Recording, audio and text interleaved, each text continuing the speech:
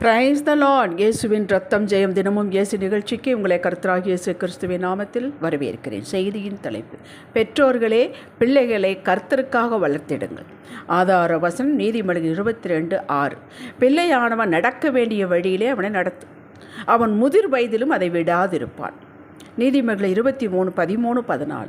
பிள்ளையை தண்டியாமல் விடாது, நீ பிறமினால் அவனை அடிக்கிறதினால் பாதாளத்துக்கு அவன் ஆத்துமாவை தப்புவிப்பாயே.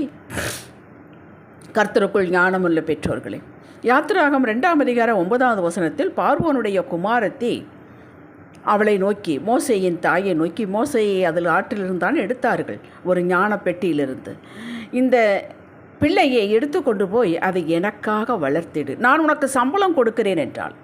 அந்த ஸ்திரீ பிள்ளையை எடுத்துக்கொண்டு போய் அதை வளர்த்தாள். இந்த வசனத்தை எந்த பெற்றோரும் மறக்கக்கூடாது. இப்படித்தான் உங்களுக்கு கர்த்தர் குழந்தை செல்வத்தை கொடுத்திருக்கிறார், அதை அவருக்காக வளர்த்து உத்தரவு பெற்றுள்ளீர்கள். அதுதான் அர்த்தம். உங்களுக்கு ஒரு குழந்தைகள் கொடுக்கப்பட்டால் இது எனக்காக வளர்த்திடு என்று கர்த்தர் உங்களை பார்த்து சொல்லுகிறார்.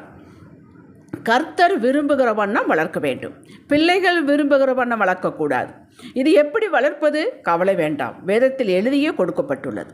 இந்த குழந்தையை எப்படி வளர்ப்பது? கேளுங்கள் கர்த்தரிடம், ஆவியானவர் அழகாக கற்றுத்தருவார்.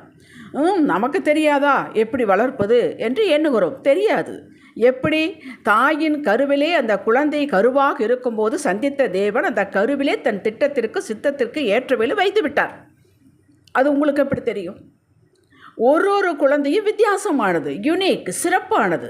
நியாயாதிபதிகள் 13:12 சிம்சோனின் தகப்பன் பிள்ளை பிறக்கும் என்று சொன்ன உடனே தேவதூதரிடம் அந்த பிள்ளை எப்படி வளர்க்க வேண்டும், அதை எப்படி நடத்த வேண்டும் என்று தான் கேட்டான். கருவே உண்டாகவில்லை, கேட்டான்.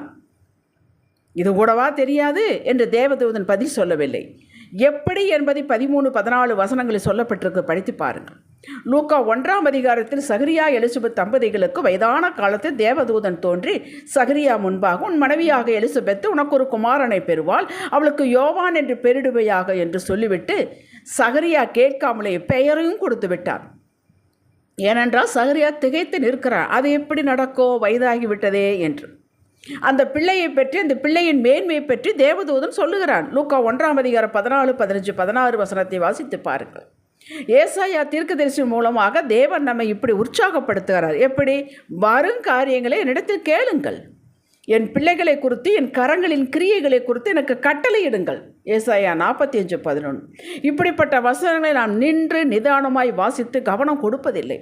அப்படியே கவனித்து புரிந்தாலும், ஐயோ நாம் எப்படிங்க கர்த்தருக்கு கட்டளையிடுவது என்று பதுங்கி பயந்து ஒதுங்கிக் கொள்கிறோம்.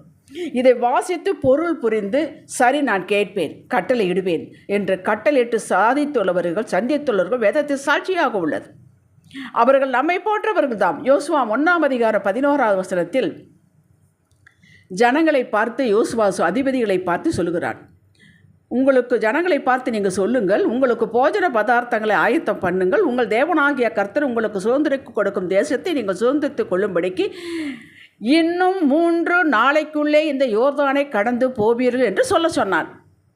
யோர்தானை கடந்து போவீர்கள் என்று மட்டும்தான் கர்த்தர் சொன்னான். 3 நாளைக்குள்ளே என்பது இவனே சொன்னான், கட்டளையிட்டான். ஆண்டவர் கோச்சுக்கிட்டாரா? அதை எப்படி என்னை கேட்காம நீ செய்யலாம் என்று? இல்லை. எப்படி அவனுக்கு இவ்வளோ தைரியம் வந்தது? யோசுவா 1:8-9 வாசியுங்கள். இந்த வார்த்தை கிடைத்தது பிடித்து கொண்டான். யோசுவா 10:12 சூரியனுக்கும் சந்திரனுக்கும் யோசுவா தரித்து நில்லுங்கள் என்ற கட்டளையிடவில்லையா? இட்டானே, அப்படியே நடந்ததே.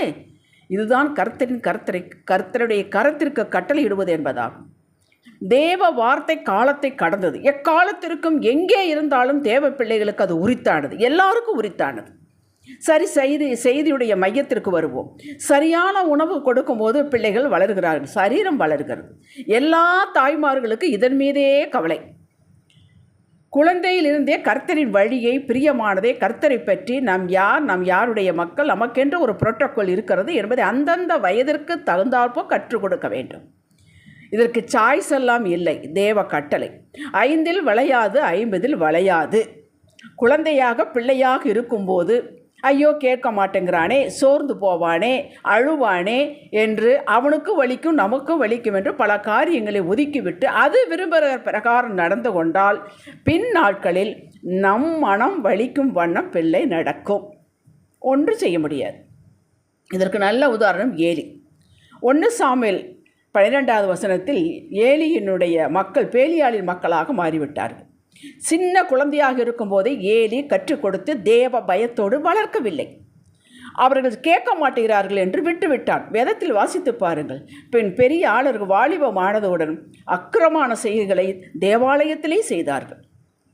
அது அவனுக்கு மிகுந்த கஷ்டமாக இருந்தது. அநியாயம் செய்கிறவன் தன் அநியாயத்திற்கு ஏற்ற பலனை அடைவான், பட்சபாதமே இல்லை. கொலைசீர் 3:25. ஏலி என்னங்க அநியாயம் செய்தான்? வளர்க்க வேண்டிய பிள்ளையை வளர்க்க வேண்டிய விதத்தில் வளர்க்காவிட்டால் நீங்கள் அநியாயம் செய்கிறீர்கள் என்றுதான் அர்த்தம். ஒரு குழந்தையை சரியாக வளர்க்காவிட்டால் நீங்கள் சமுதாயத்திற்கு கேடு செய்கிறீர்கள் என்றுதான் அர்த்தம். அதன் பொருள் அதுதான். பின் நாட்களில் அவன் கண் முன்னாலேயே அக்கிரமம் நடந்தது. அவன் பார்க்க வேண்டி நேரிட்டது. மனம் வருந்தினான். சின்ன சாமுவேல் குழந்தையாக இருக்கும்போது பால் மறந்தவுடனே சாமுவேலை கொண்டு வந்து ஏலியினிடத்தில் விட்டுவிட்டாள் அன்னாள் பொருத்தனையின்படி. எளிதானே வளர்த்திருப்பான் அந்த பிள்ளை. அவன் சின்ன பிள்ளை. அவனுக்கு என்ன வேலை? ஆலய கதவை திறப்பது, ஆலய கதவை மூடுவது, விளக்கு ஏற்றுவது, விளக்கை அணைப்பதற்கு முன் படுத்துக்கொள்வது, இவ்வளவுதான் வேலை. எளிதான் வளர்த்திருக்கிறான், எளிதான் கற்றுக் கொடுத்திருக்கிறான், எளிதான் சொல்லிக் கொடுத்திருக்கிறான். ஆனால் அவன் ஒன்றை சொல்லிக் கொடுக்கவில்லை. கர்த்தர் பேசுகிற தெய்வம், பேசுவார் அப்பா, கவனித்து கேட்டால் சொல்லுவார் அப்பா என்று அவன் கற்றுக் கொடுக்கவில்லை. ஏன்? தன்னுடைய மக்கள் ஆசாரிய பட்டத்திற்கு வருவார்கள், இவன் எடுபடி வேலை இருக்கட்டும், நான் ஆசாரியன், பிறப்பின் பிரகாரம் என் மக்கள் வருவார்கள் என்று கணித்தான். வளர்க்கவில்லையே, போய்விட்டதே. அவனல்லவா சிறு பிள்ளையல்லவா ஆண்டவர் கூப்பிட்டு பேசினார், சாமுவேலே சாமுவேலே என்று பேசினார். கர்த்தருடைய வார்த்தை அவனுக்கு இன்னும் வெளிப்படவில்லை. அதனால் அவனுக்கு புரியவில்லை. இக்காலத்து பெற்றோர்கள் கிறிஸ்துவ முறைமைகளை கற்றுக் கொடுக்கிறார்கள். ஆலயம் செல்வது, காணிக்கை செலுத்துவது, சண்டே கிளாஸ் அட்டன் பண்ணுவது, இன்னும் பல காரியங்கள். நல்லது. அந்த பிள்ளை கர்த்தரை அறியும் அறிவை பெற்றோர் தினமும் வாழ்வின் நிகழ்ச்சியின் மூலமாக கற்றுக்கொள்ள வேண்டும். இதை கர்த்தர் கவனிக்கிறார். நீ போய் செய்தையே கர்த்தர் பார்த்து கொண்டிருக்கிறார். இப்பொழுது நீ பேசினையே கர்த்தர் கேட்டுக்கொண்டு இருக்கிறார். கர்த்தர் பேசுகிறதையும் கர்த்தருக்கு இவைகள் பிரியம், இவைகள் மேல் பிரியம் இல்லை என்பதை சின்ன சின்ன செயல்கள் மூலம் அன்றாட செயல்களை சுட்டி காட்டி கற்றுக் கொடுக்க வேண்டும். பெற்றோர்களுக்கு மரியாதை இருக்க வேண்டும், பெற்றோர்களுக்கு பயப்பட வேண்டும், மூப்பர்களுக்கு எழும்பி நிற்க வேண்டும். வேதத்தில் இருக்குதுங்க, என்னுடைய சொந்த அனுபவம் அல்ல. நாங்களாம் சிறு பிள்ளைகளாக இருக்கும்போது எங்களுக்கு இதையெல்லாம் கற்றுக் கொடுத்தார்கள். இன்று வரை நாங்கள் அதை கடைப்பிடிக்கிறோம். எவ்வளவு வயதானவர் வந்தால் உடனே எங்களால் உட்கார்ந்துருக்க முடியாது, எழுப்பித்தான் இருப்போம். அப்படி கற்றுக் கொடுங்கள், மரியாதையை கற்றுக் கொடுங்கள், வீட்டினுடைய நிலைமையை கற்றுக் கொடுங்கள், பொருளாதாரத்தை கற்றுக் கொடுங்கள். பெற்றோர்களாகி உங்களை குறித்த பயம் அவர்களுக்கு இருக்க வேண்டும். கர்த்தரை குறித்த பயம் இருக்க வேண்டும். வசனத்தின் மேன்மை எடுத்து விருத்தி சொல்லி இதை கற்றுக் கொடுங்கள். இதை கொண்டு கர்த்தரிடம் செல்ல வேண்டும் என்று சொல்லிக் கொடுங்கள். மேன்மையை புரிய வையுங்கள். மற்ற பிள்ளைகளோடு ஒரு நாள் உங்கள் பிள்ளைகளை கம்பேர் பண்ணாதீர்கள். உங்கள் பிள்ளைக்கு உடைய நிகர் உங்கள் பிள்ளை தான். வேல்வியை கற்றுக் கொடுக்கவிட்டால், வளர்க்காவிட்டால் பின் நாட்கள் அது வேல்யூவை இழந்து நிற்கும். அதை பார்க்க வேண்டிய ஒரு நேரம் நமக்கு வந்துவிடும். இதையெல்லாம் மனதில் வைத்து கொண்டு செய்யுங்கள். ஒரு பிள்ளையை வளர்க்க வேண்டிய விதத்தை நீங்கள் வளர்க்காவிட்டால் சமுதாயத்துக்கு கேடு செய்கிறீர்கள் என்பது அர்த்தமாகும். ஒரு பிள்ளையை வளர்க்க வேண்டிய விதத்தை நீங்கள் வளர்த்தால் சமுதாயத்தை நீங்கள் ஆசீர்வதிக்கிறீர்கள் என்பது அர்த்தமாகும். அதன்படி செய்யுங்கள். ஜெபிக்கலாம். தகப்பனே, நீர் கற்றுக் கொடுத்த பிரகாரம் பிள்ளைகளை வளர்ப்போம். இந்த பொறுப்பை இன்றே கையில் எடுத்துக்கொள்கிறோம். ஒவ்வொரு நாளும் வழியை காட்டும், போதியும் கிருபை தாரும். இயேசுவே நாமத்தில் ஜெபிக்கிறோம் எங்கள் நல்ல பிதாவே, ஆமேன். இன்றைய சிந்தனைக்கு, பிள்ளையை வளர்க்க வேண்டிய விதத்தில் நான் இன்றிலிருந்து வளர்ப்பேன். ஹல்லேலூயா.